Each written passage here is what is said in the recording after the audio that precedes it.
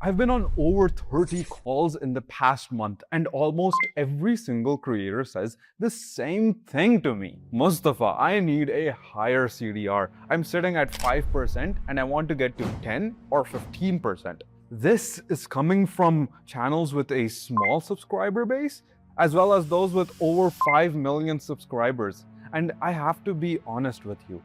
This is one of the most misguided things you can obsess over. In this video, I'm going to show you what you should be optimizing for instead, and then walk you through the exact ideation system I use to build thumbnails that actually drive views. Click-through rate is the percentage of people who decided to click on your video after seeing the thumbnail. When your video first goes out, YouTube shows it to the people who already know you and like your content.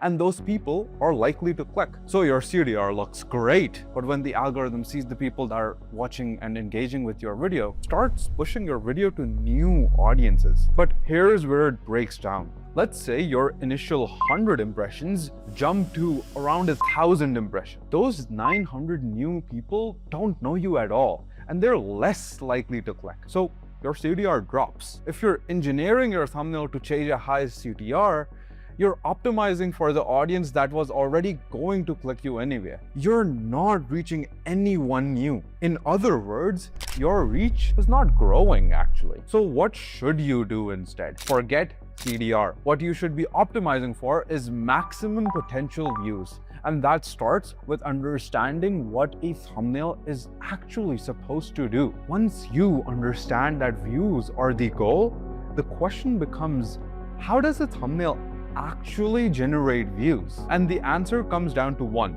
mechanism. The mechanism behind every thumbnail that has ever gotten millions of views is simple.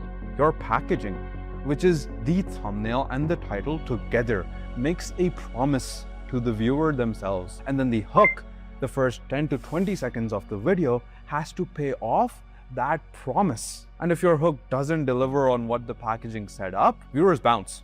They click with an expectations, and if you give them something else, they simply leave. Your retention tanks and the algorithm stops pushing the video. But when it does pay off, when the first thing you say or show is exactly what the thumbnail made them expect, then after about 20 to 30 seconds, the viewers forget about the thumbnail and they stay to continue and watch the video itself. Here's a bad example. This thumbnail has 3 faces with eyes blocked out and the text says predators. We don't know who these people are. I have less than 3 seconds to understand what I'm clicking on, but right now I genuinely can't. That's the first rule of the promise being broken. Before the video even starts, the viewer doesn't know what they're clicking. Now compare that to this one.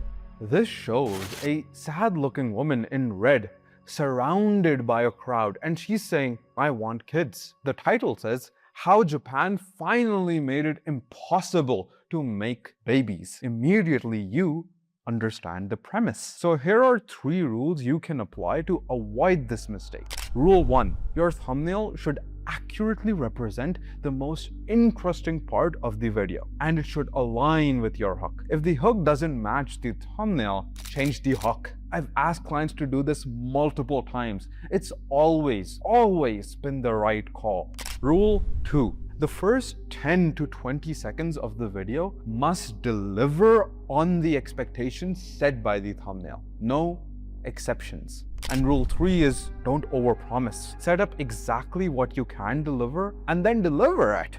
The tighter the setup, the better the retention. Now, rules are great, but it's hard to apply that when you don't actually have a repeatable process for finding the thumbnail idea in the first place. So let me show you the exact step-by-step process on how I do it. I'm going to walk you through the exact process of how I ideate thumbnails for a real video. You're going to see every decision I made from reading the hook all the way to the final concept that got 3.3 million views. And while I walk you through this, I want you to open this guide I've put in the description. It's called the Viral Ideation Guide. It's free, and that's the exact same template I use. Download it now and fill it as we go. The first step is to mine the hook for ideas. The video was called Japan's Population Crisis Explained. Here's the hook of that video. I read the hook, and I'm not reading it as a viewer. I'm reading it as someone looking for the most interesting, most emotionally charged idea in the script. And I'm highlighting every phrase that makes me feel something. Curiosity, surprise, tension, I highlighted. From the hook, I pulled out several ideas, like, and the government is panicking.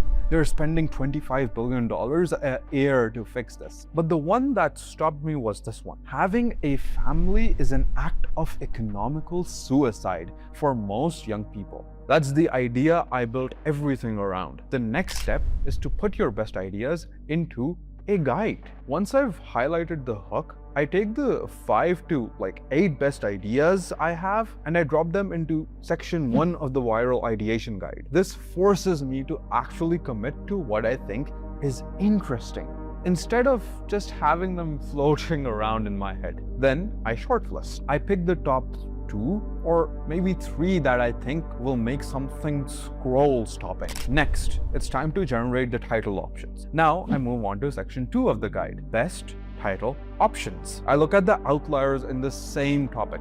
These are other videos on Japan's population decline that have performed decently well, and I study what their titles did. I also make my own. I come up with, again, 5 or 6 options. The goal isn't to find the cleverest title. The goal is to find the title that pairs best with the strongest thumbnail idea we have. Because remember, the title is supposed to work with the thumbnail. Step 4 is to ideate thumbnail concepts. Now, let's move on to section 3 of the guide, best thumbnail options. Here, I take my shortlisted ideas, I look at what's working in the niche visually, and start generating concepts. I actually think through what someone will see in under 3 seconds. For the Japan video, the idea I locked into was having a family is economical suicide. And from that, I asked, what does that even look like? What it looks like is you want kids, but no one around you does.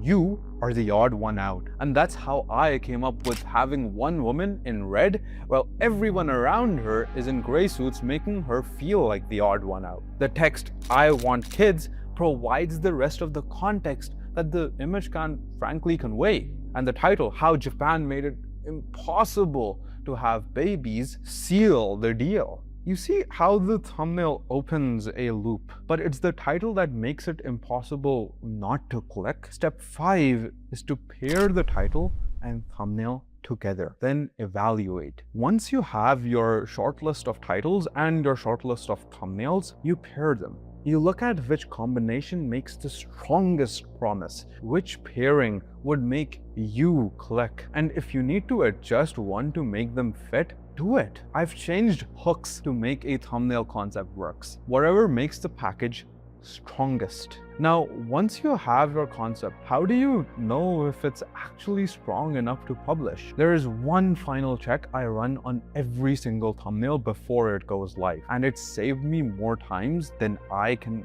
honestly even count. Before I publish any thumbnail, I run it through these 3 sets of questions. The first is about attention. Why should your ideal viewer stop scrolling for this thumbnail specifically? What's doing the stepping? Is it a large text element? Is it a strong color? Maybe it's a human face. Maybe it's someone recognizable. Or maybe it's money, something visually unexpected. If you really can't answer that question immediately, the thumbnail doesn't work. The second set of questions are about curiosity. What is so interesting about this concept that the viewer would click? Is the curiosity gap clear? Is it communicated in the simplest, most direct way possible?